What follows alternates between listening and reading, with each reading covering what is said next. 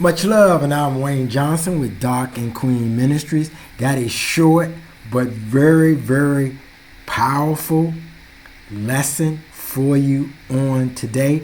Let us get started in prayer. Dear gracious and wonderful Father, we thank you for who you are.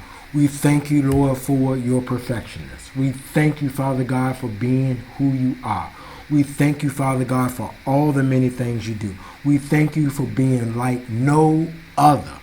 Father God, forgive us of our sins. Lord, we ask that you remake us daily. Make us better than the day before. We thank you, Father God, for this time. We thank you, God, for this lesson. We thank you, Father God, for all that you do. And in Jesus' name, amen. So, I've got a short lesson for you on today. We're going to be coming from Numbers, chapter 23, verse 19. And I just want you to just hear this out. Now, I'm a person, I will say, one of the things I do enjoy about myself is I am one who rarely tells a lie, a story.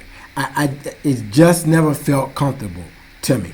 However, even though I rarely tell a lie, I have told a lie before.